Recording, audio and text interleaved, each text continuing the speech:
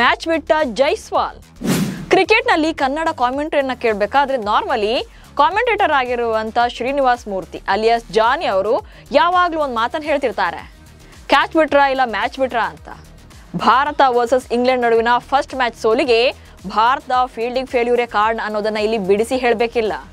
ಅದರಲ್ಲೂ ಯಶಸ್ವಿ ಜೈಸ್ವಾಲ್ ಅಂತೂ miss ಫೀಲ್ಡ್ನಿಂದಲೇ England ತಂಡವನ್ನು ಗೆಲ್ಲಿಸಿಕೊಟ್ರು.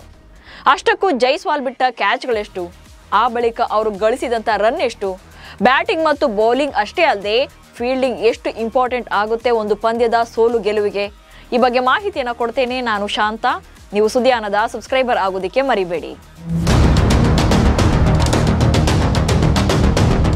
ಒಂದು ಪಂದ್ಯದ ಸೋಲು ಅಥವಾ ಗೆಲುವನ್ನ ಒಂದು ಕ್ಯಾಚ್ ಅಥವಾ ಕ್ಯಾಚ್ ಡ್ರಾಪ್ ಟರ್ನಿಂಗ್ ಮಾಡಿಬಿಡಬಹುದು.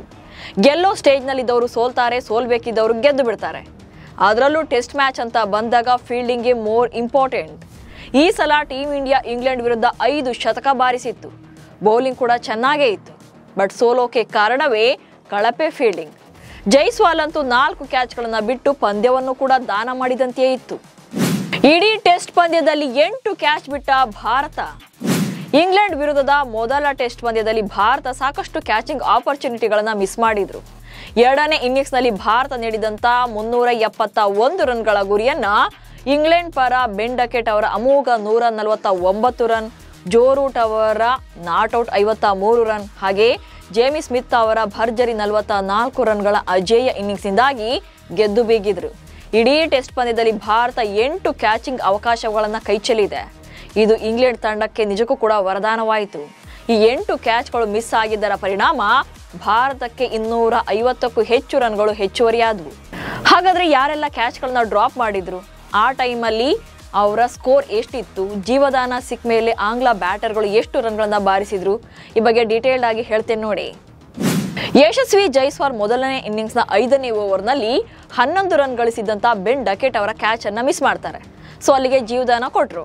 ಅಂತಿಮವಾಗಿ ಅವರು 23.5 ಓವರ್ಗಳವರೆಗೂ ಕೂಡ ಬ್ಯಾಟ್ ಬೀಸಿ ಡಕೆಟ್ 62 ರನ್ ಗಳಿಸಿ ಔಟ್ ಆಗ್ತಾರೆ. ಇನ್ನು ಅದೇ ಇನ್ನಿಂಗ್ಸ್ನ 7ನೇ ಓವರ್ನಲ್ಲಿ ಭಾರತ ಗನ್ ಫೀಲ್ಡರ್ ಅಂತಾನೆ ಕರೆಸಿಕೊಳ್ಳುವಂಥ ರವೀಂದ್ರ ಜಡೇಜಾ ಕೂಡ ಅವರ ಕ್ಯಾಚನ್ನು ಮಿಸ್ ಮಾಡಿದರು. ಕೈಗೆ ಸಿಕ್ಕ ಚೆಂಡನ್ನು ನೆಲಕ್ಕೆ ತಾಗಿಸಿ ಡಕೆಟ್ಗೆ ಜೀವದಾನ ಕೊಟ್ಟಿದ್ರು. ಇನ್ನು 31ನೇ ಓವರ್ನಲ್ಲಿ ಓಲಿ ಪೋಪ್ 60 ರನ್ ಗಳಿಸಿದಾಗ ಯಶಸ್ವಿ ಜೈಸ್ವಾಲ್ ಮತ್ತೊಂದು ಕ್ಯಾಚ್ ಆಪರ್ಚುನಿಟಿಯನ್ನು ಮಿಸ್ ಮಾಡ್ತಾರೆ. ಪರಿಣಾಮ ಓಲಿ ಪೋಪ್ 106 ರನ್ ಗಳಿಸಿ ವಾಪಸ್ ಹಾಕ್ತಾರೆ.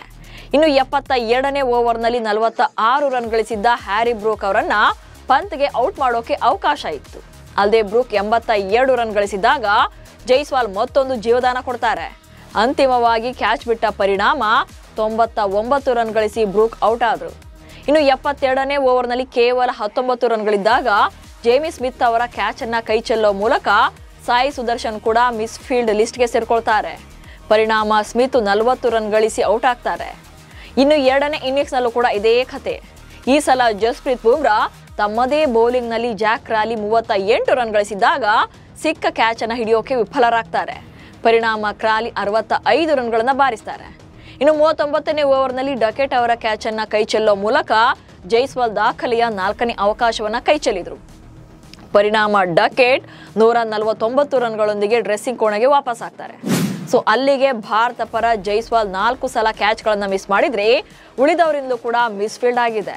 ಈ ಕ್ಯಾಚ್ಗಳನ್ನು ಮಿಸ್ ಮಾಡಿದರ ಪರಿಣಾಮವೇ ಬರೋಬ್ಬರಿ 250+ ರನ್ಸ್ನ ಹೆಚ್ಚುವರಿಯಾಗಿ ನೀಡಿದಂತಾಗಿದೆ. ಸೊ ಮುಂದಿನ ಪಂದ್ಯದಲ್ಲಾದರೂ ಕೂಡ ಫೀಲ್ಡಿಂಗ್ನಲ್ಲಿ ಸೀರಿಯಸ್ನೆಸ್ ಬರಲಿಲ್ಲ ಅಂದರೆ ಮತ್ತೊಂದು ದೊಡ್ಡ ಬೆಲೆ ತೆರೋದಂತೂ ಪಕ್ಕಾ. ನಮಸ್ಕಾರ.